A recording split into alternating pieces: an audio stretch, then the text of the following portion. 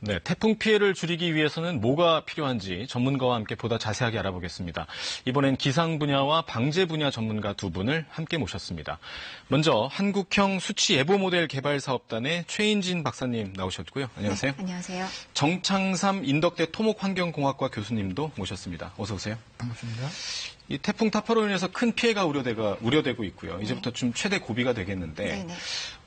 먼저 최인진 박사님, 그 유사한 경로로 북상했던 태풍이 있었잖아요. 이번하고 좀 차이점이 있다면 어떤 게 있나요? 이번 태풍 타파와 비슷한 경로로 비슷한 강도로 북상했던 태풍은 지난 2016년의 차바와 2018년의 콩레이를 들 수 있겠습니다. 2016년 차바의 경우 강한 바람이 특징이었고요. 2018년 콩레이의 경우에는 태풍 세력에 비해서 비가 다소 많은 것이 특징이었습니다. 이번 태풍 타파의 경우에는 차바의 바람과 그리고 콩레이의 폭우가 함께 동반해서 나타날 가능성이 있습니다. 현재 한반도 주변의 기압 배치를 잠깐 설명을 드리면 한반도 북서쪽에 지금 차갑고 건조한 대륙 고기압이 위치를 하고 있습니다. 이 고기압이 태풍 차바 당시보다 더 한반도에 근접해 있는 상태이거든요. 이렇게 되면 고기압이 위치한 곳과 그리고 태풍이 북상하면서 태풍은 저기압이기 때문에 고기압과 저기압 사이에 기압차가 매우 크게 발생을 하게 되죠. 이렇게 되면은 바람이 강해질 수밖에 없거든요. 그래서 태풍 자체의 바람에 더해서 고기압과 저기압 기압 차에 의한 바람까지 더해져서 태풍 차바보다 오히려 더 바람이 위력적일 수 있다고 전망해 볼 수 있습니다. 또 하나는 태풍 중심뿐만 아니라 지금 고기압과 저기압 사이에서 기단이 서로 부딪히면서 열적 불안정으로 강수가 매우 강하게 뿌릴 수 있거든요.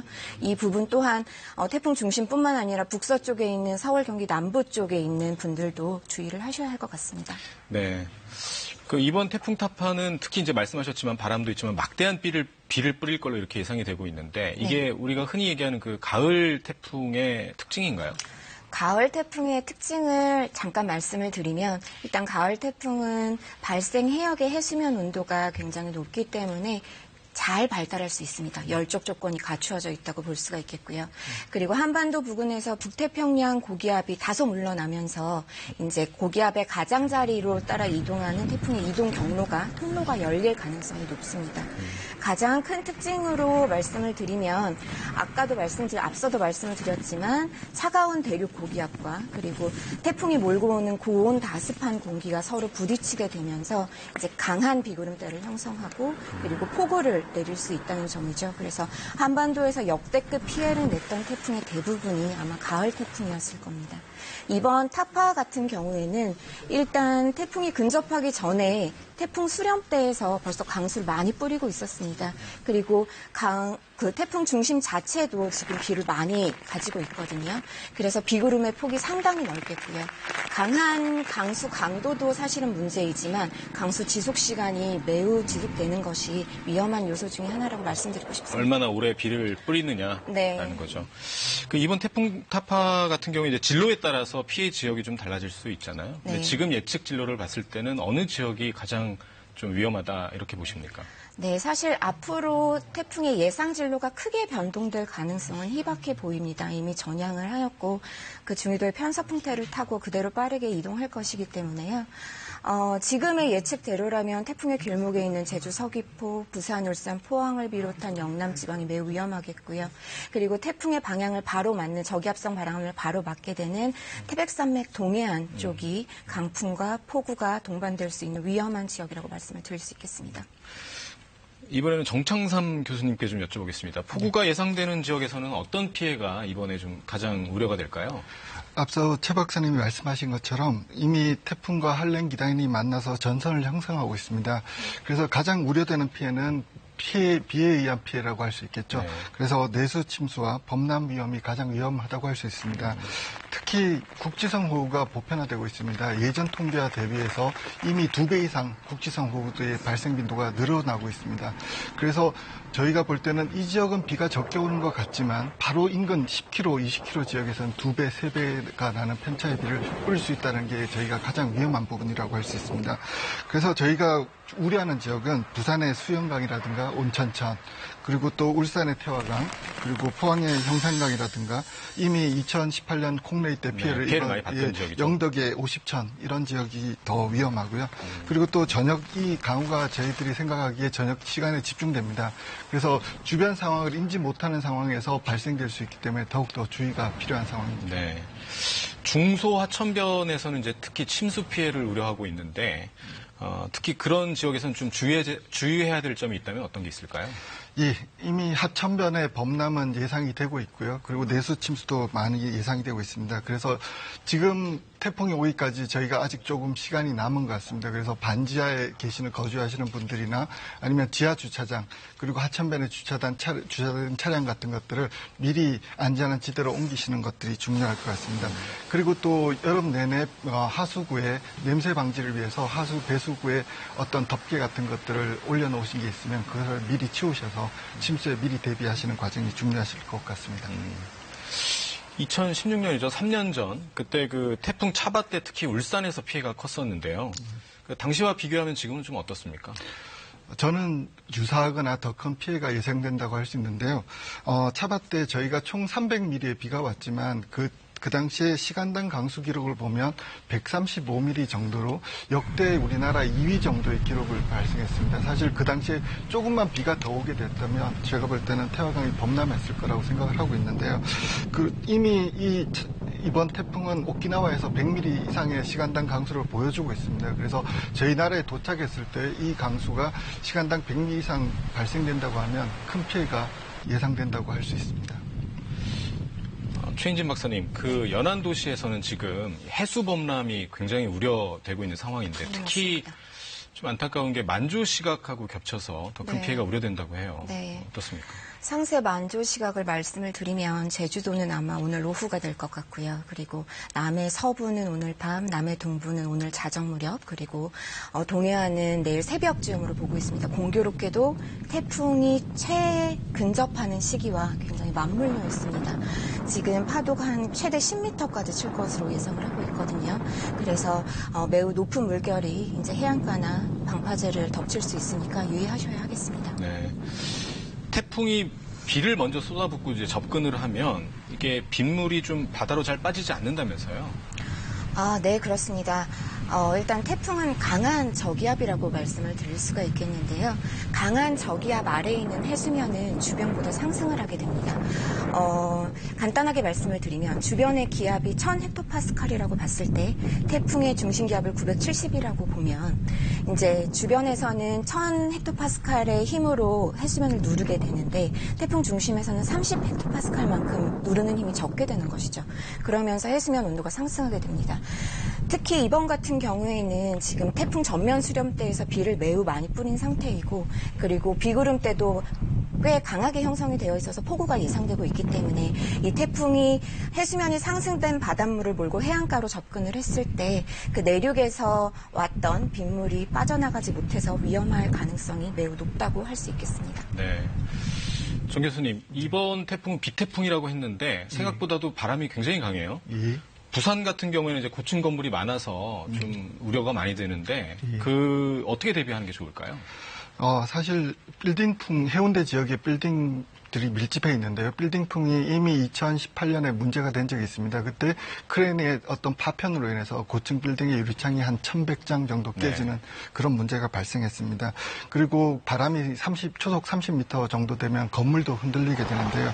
그래서 큰 피해가 예상되기 때문에 고층 건물에 거주하시는 분들은 가급적 유리창에서 먼 곳에서 거주하시는 게 중요할 것 같습니다. 그리고 많은 분들이 바람이 불 때 아파트에 청테이프를 바른다든가 신문지 같은 것들을 하는데요.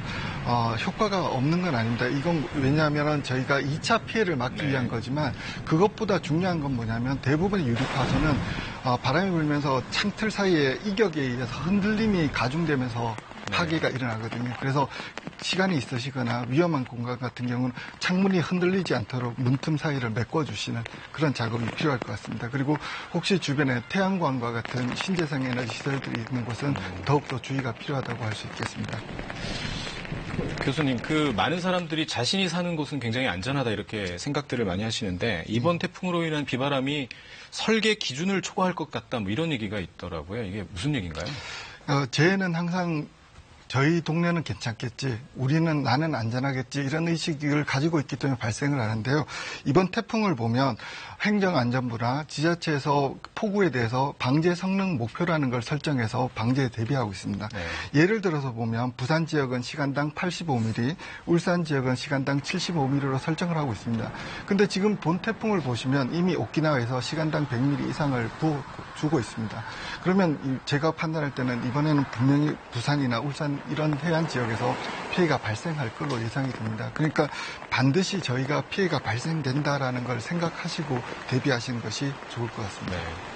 그 말씀하신 것처럼 이제 제주와 남해안 쪽 또 동해안 일부 쪽에 이제 피해가 가장 클 것 같은데 교수님은 이번 태풍으로 어떤 부분이 좀 취약하다고 보십니까? 하천 범람이라든가 산사태 또 그리고 바람에 의한 피해 이런 것들로 요약할 수 있는데요. 무엇보다 중요한 것은 도시 하천의 경우는 1시간에서 2시간 사이의 강우가 굉장히 중요합니다. 네. 1시간, 2시간 사이에 100mm 이상의 비가 오게 되면 범람이라든가 내수 침수가 반드시 발생한다고 할 수 있죠. 그래서 이 태풍이 인구 밀집 지역을 지나기 때문에 무조건 대비를 하셔야 되고, 저희 거주하시는 분들은 우리 주변에서 발생될 수 있는 재난을 미리 상상하고 예측하시는 것이 중요할 것 같습니다. 네. 최인진 박사님께 좀 여쭤볼게요. 네. 이제 태풍이 한반도로 바짝 다가섰어요. 네. 그러니까 제주도 같은 경우에는 이제 오후 3시쯤에 동해상으로 가장 근접해서 지나갈 걸로 예상이 되고, 네네. 앞으로 태풍 진로는 어떻게 좀 예측하고 계세요? 네, 지금 말씀하신 대로 제주 서귀포 부근에 아마 오후 3시경 지나갈 것이라고 예상을 하고 있고요. 아마 중심기압 970 정도로 크게 약화되지 않고 그대로 진행하는 것으로 예측을 하고 있습니다. 그리고 부산, 울산에 아마 오늘 밤 10시경 중심기압이 조금 높아져서 975헥토파스칼 정도의 중심기압으로 아마 그 부근을 지나게 될 것 같고요. 그다음에 울릉도 독도에 아마 내일 새벽 4시경에 975헥토파스칼의 중심기압으로 접근을 할 것 같습니다. 아마 내일 오전 즈음해서 열대성 저기압으로 약화가 될 것으로 전망을 하고 있습니다. 그전에는 이제 태풍이 상륙할 수도 있다, 뭐 이런 예측도 나왔었는데, 네. 이번에 지금은 상륙할 것 같지는 않고 지나갈 걸로 보이시나요? 네. 일단은 대한 해협으로 조금 더 위치가 조정이 돼서 아마 부산에 상륙하기보다는 그대로 지나갈 가능성이 커 보입니다. 네. 궁금한 게요. 한국형 수치 예보 모델, 이거를 개발하면 좀 태풍 예측 정확도가 좀 많이 높아지나요? 네. 저희가 지난 9년간 국내 연구진에 의해서 국내 기술력으로 우리나라 고유의 독자 모델을 개발을 해왔습니다. 그래서 내년 현업 운영을 앞두고 있고요. 현재는 기상청에서 시험 운영 중입니다. 그래서 올해 태풍 예측 같은 경우에는 저희 사업단에서 개발한 모델의 예측 결과가 활용이 되고 있고요. 앞서 말씀드렸듯이 국내 기술력으로 만들었기 때문에 이제 태풍이 잘 안 맞게 되거나 무슨 문제가 있으면 즉각적으로 저희가 개선을 할 수가 있고, 그리고 정교하게 한반도 특성에 맞게 만들 수가 있게 되는 것이죠. 그러면은 태풍뿐만 아니라 다른 기상 현상 또한 예보 정확도가 높아질 것이라고 저희는 전망하고 있습니다. 네. 정 교수님, 저희가 계속해서 이 제주나 남해안 지역, 특히 태풍의 직접적인 영향을 받는 지역에 계신 분들은 좀 외출을 자제해달라 이렇게 많이 말씀을 드리고 있는데요. 구체적으로 어떻게 행동하는 게 좋을까요?